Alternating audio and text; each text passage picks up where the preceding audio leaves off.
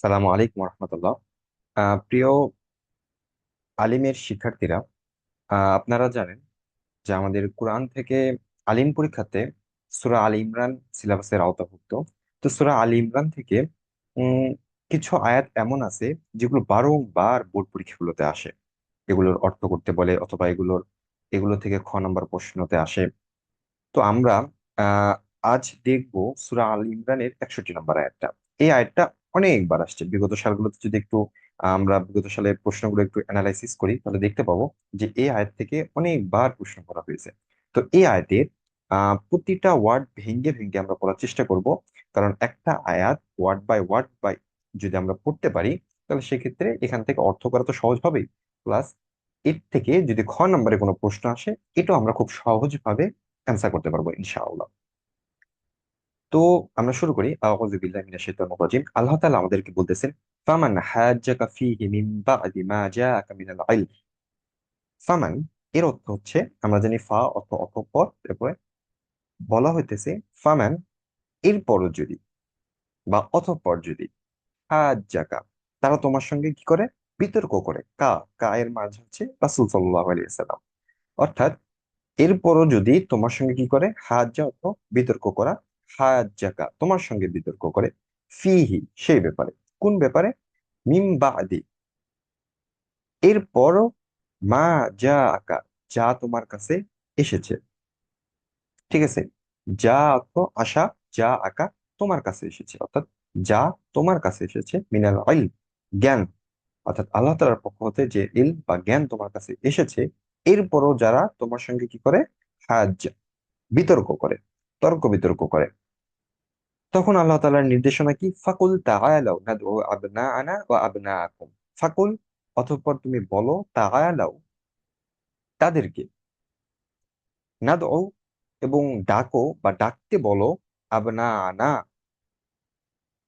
আমাদের সন্তানদেরকে, মানে তাদেরকে বলো যে আমরা আহ্বান করি, নাদউ আমরা আহ্বান করি, আবনাআনা আমার সন্তানদেরকে বা আমাদের সন্তানদেরকে, ও আবনাআকুম এবং তোমাদের সন্তানদেরকে। সন্তান বলতে এখানে ছেলেদেরকে বোঝানো হয়েছে। ইবনুর মানে ছেলে, তো আবনাআকুম এবং তোমাদের ছেলেদেরকে। সুম্মা অতঃপর, ঠিক আছে, এই তো আয়াতটা একটু এখানে হয়ে গেছে। তো আবনা আনা আমাদের ছেলেদেরকে, ও আবনা আকুম এবং তোমাদের ছেলেদেরকে, অনিসা আনা আমাদের নারীদেরকে, অনিসা আকুম এবং তোমাদের নারীদেরকে, ও আংফুসানা এবং আমাদের নিজেদেরকে বা আমাদেরকে, এবং ও আংফুসাকুম এবং তোমাদেরকে এবং তোমাদের নিজেদেরকে।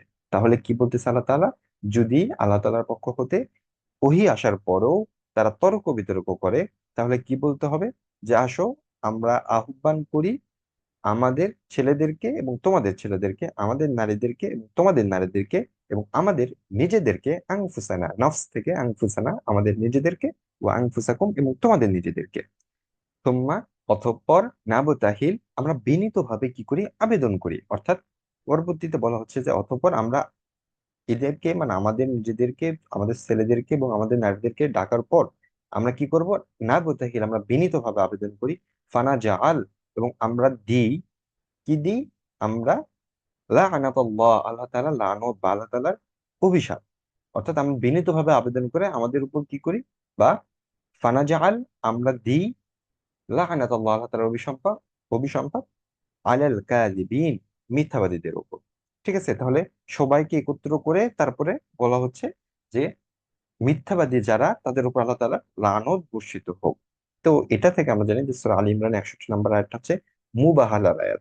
ঠিক আছে, তো এই মুবাহালার আয়াতটা কিন্তু অনেক আসছে এবং পরবর্তীতেও আসার কিন্তু সমূহ সম্ভাবনা রয়েছে।